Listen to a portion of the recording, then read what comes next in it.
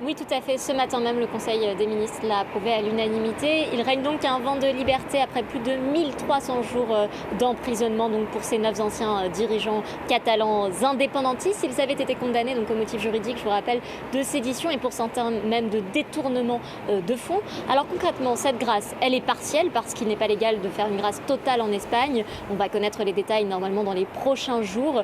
La peine pourrait être tout simplement symbolique.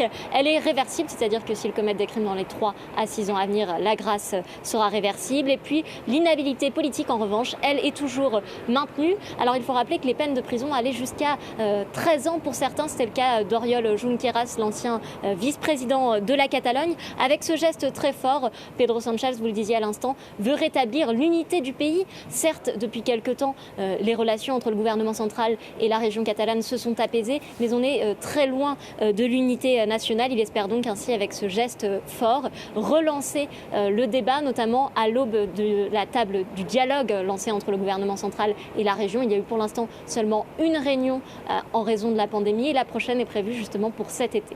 Ce geste est critiqué, Anaïs, par beaucoup d'Espagnols et bien sûr par une partie de la classe politique. Oui, tout à fait. L'opposition est vent debout. Elle estime que c'est un coup porté à la démocratie. D'ailleurs, la droite, l'extrême droite et le centre droit souhaitent faire appel de cette décision.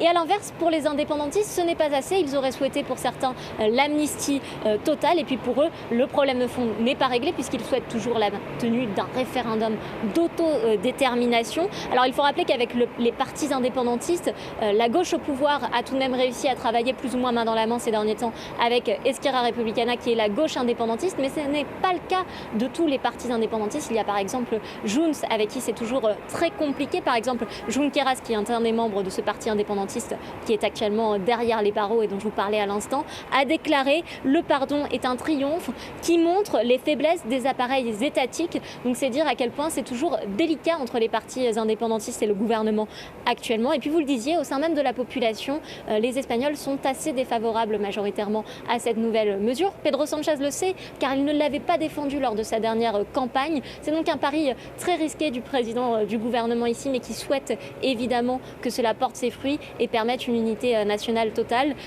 Un geste du chef du gouvernement ici réalisé aussi parce que les prochaines élections se tiendront en 2024 et que Pedro Sánchez espère probablement que l'état économique du pays d'ici là sera rétabli et fera donc oublier aux Espagnols, à ses électeurs, ce geste impopulaire.